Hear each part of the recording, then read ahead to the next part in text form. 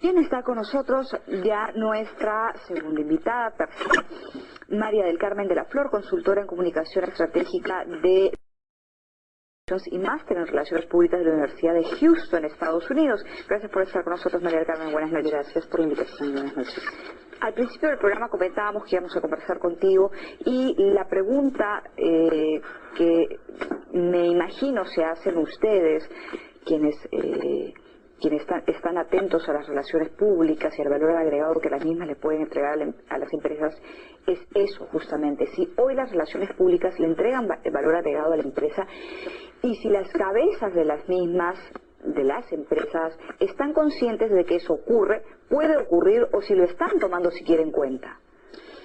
Bueno, sí, justamente, lo que hay que entender primero es que ha habido todo un giro, una dimensión en el tema de relaciones estratégicas y políticas, que es básicamente el giro de pasar del mensaje o la mera diseminación del mensaje o de publicity a un tema de gestión de relacionamiento con públicos estratégicos. Entonces, hoy en día las comunicaciones y las relaciones públicas se enfocan en lo que es la búsqueda de relaciones mutuamente beneficiosas con los públicos de interés o los stakeholders. Obviamente, el tener mejores relaciones con los públicos stakeholders va a traer una serie de beneficios, tanto financieros como en intangibles a la empresa, ¿no? Por ejemplo, una empresa con mejor relación con sus públicos obviamente va a tener una mejor reputación, va a lograr también cumplir mejor sus objetivos estratégicos de venta de productos, si es una empresa enfocada en productos o venta de servicios, si es una empresa o aumento de la reputación, y además va a permitirle a la empresa ahorrar, en temas de, por ejemplo, litigios, juicios, lograr, por ejemplo, tener una mejor legislación favorable, y además va a permitirle tener un mejor amortiguamiento en caso de suscitarse una crisis. O sea, finalmente se va cultivando un banco de buena voluntad que en su momento la empresa puede tocar para poder de alguna forma conseguir mayor respaldo y soporte para cualquier acción de comunicación que la empresa. Entonces, hoy en día, el valor en términos tanto intangibles e incluso monetarios, porque ya es posible medir el retorno de la inversión en lo que es actividades de comunicación, es,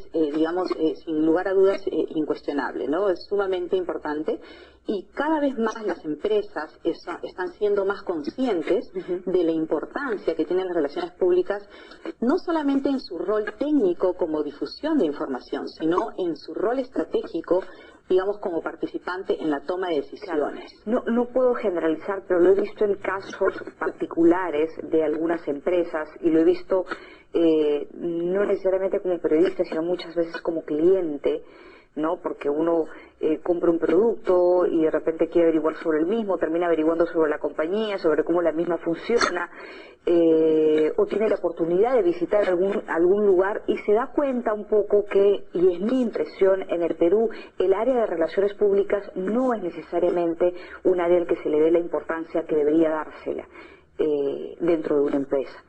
Esa es mi opinión personal. No sé qué ves tú. Tú eres peruana, has vivido muchos años en Houston, tienes proyectos ahora aquí, estás en Lima hace un mes, y como que puedes hacer la comparación. No sé si estoy equivocada, es simplemente una percepción. ¿Cuál es tu opinión?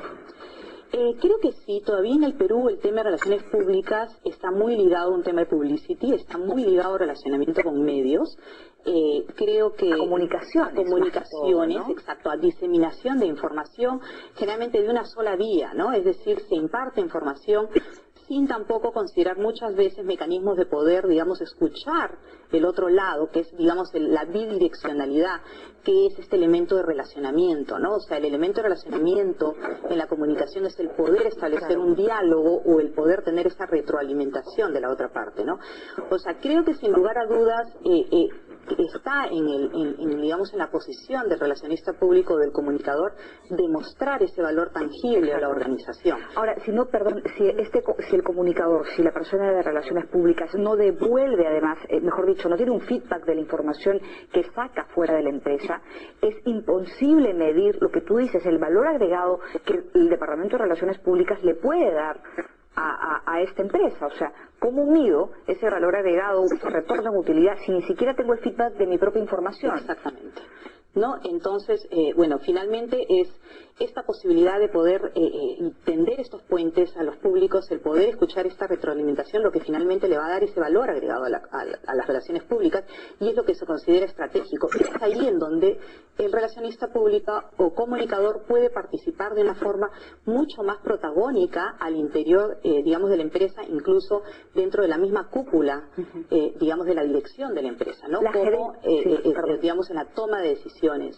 La gerencia escucha al Departamento de Relaciones Públicas, o como tú dices, el Departamento de Relaciones Públicas termina siendo en algunas empresas así como un área solamente de comunicaciones y de un área dedicada a la difusión de notas, de cierta información, y se acabó la cosa. Yo creo que mucho depende de la posición de cada quien. Creo que en la medida en que uno deje un poco más este rol técnico, como es el que tú dices, que es básicamente realizar estas labores tácticas del día a día, sin ver un poco más allá, obviamente el valor va a ser menor.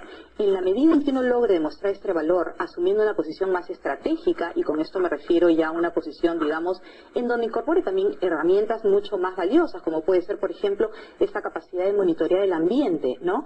O el entorno, esta capacidad de poder detectar cambios drásticos en el entorno para de alguna forma anticiparse a ciertos escenarios, o esta capacidad de poder manejar conflictos cuando aún están en una etapa en donde se pueden controlar o están en una etapa de... Ese cuadro que tenemos en pantalla resume un poco lo que nos estás contando eso en estos momentos, y creo que el tercero, el segundo y el tercero, bueno, en realidad todos, pero tal vez reducir riesgos, mejorar la reputación, aminorar conflictos, son áreas que no necesariamente se le atribuyen a las relaciones públicas, que no están necesariamente concentradas, no porque no puedan hacer su labor quienes están en esa área, sino porque la gerencia o los líderes de la empresa no le atribuyen necesariamente esas funciones a relaciones públicas. Exactamente. Bueno, y en parte también esto se debe, como te lo decía, ¿no? Es la capacidad, digamos, en la misma posición de poder demostrar el valor a través de este tipo de mediciones. Por ejemplo, tener índices de mejora de reputación como uno de los objetivos, por ejemplo, ¿no? O sea, plantear objetivos cuantificables, medibles, en una etapa en el tiempo, porque si no, de alguna forma el plan se transforma en una, digamos, en algo que de repente no aterriza en acciones más concretas y en índices como para poder medir más un retorno de la inversión, ¿no? El modelo, existen modelos en cuanto a la ejecución o a cómo llevar las relaciones públicas.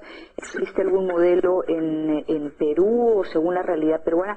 ¿Me permites, si me puedes contestar esta pregunta tras la pausa? Tengo que hacer una pausa muy breve y vuelvo contigo para seguir conversando y ya darle también paso a nuestro próximo invitado. Gracias por estar con nosotros. Vamos a una pausa y volvemos. María del Carmen.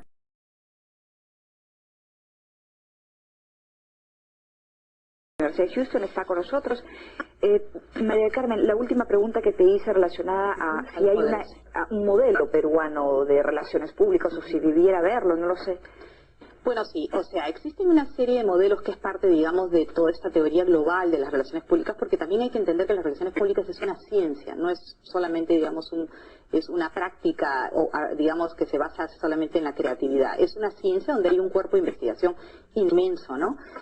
Hay digamos, en esto se han realizado muchísimos estudios en muchísimos países y se ha demostrado básicamente la identificación de 4 modelos y 2 modelos que se derivan de estos 4 modelos, ¿no?